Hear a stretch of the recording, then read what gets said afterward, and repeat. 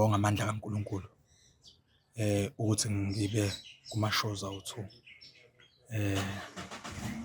at the same time, though edlala ngey'khathi engafani, which is Amalanga Afana, it's at 6:30 on SABC 1, and Smoke and Mirrors sidlala ngo-9 p.m. Monday to Friday. Wonke adlala Monday to Friday. Angibonge nje amandla kaNkulunkulu ukuthi akwazi ukungibeka kulawo ma-shows omabili. Ayikho-ke into emnandi njengokuthola i-game time as a player, a good player. Yabo. The only thing I wanted as an actor was the game time. And yet, uNkulunkulu, finally, it's here. And abantu bayayithokozela kakhulu. Both productions anyway, Sipho and Smoke and Mirrors, Dulas, Amalanga Afana, they're enjoying those characters of South Africa.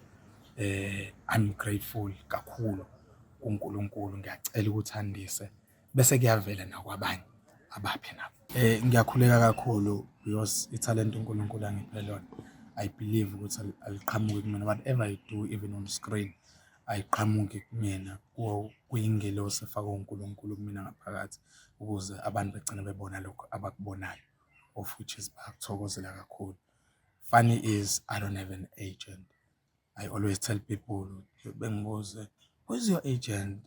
I tell them straight, God is my agent.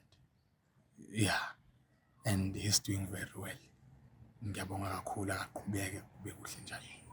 Ngikhulele emndenini abafowethu imost yabo ba-drive ama-taxi.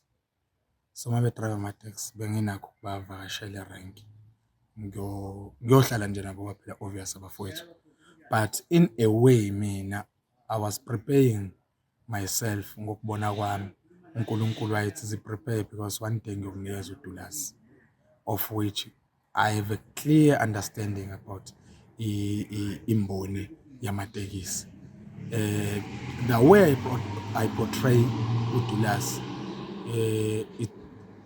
it's easier for me because ngumuntu wasemakhaya. Remember, he's from eNquthu. So umuntu wasemakhaya la phesha koThukela, luckily I'm from KwaCeza eNkukhwini.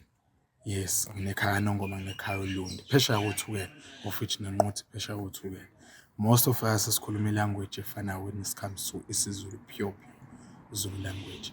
So kube easy kumina is to get abantu engijwayele ukuhlala nabo and portray i-character kaDulas using those people, of which ngiyuze that tone engisebenzisayo kuDulas, okuyithoni yangakithi vele phesha koThukela, engasho ukuthi it's a day.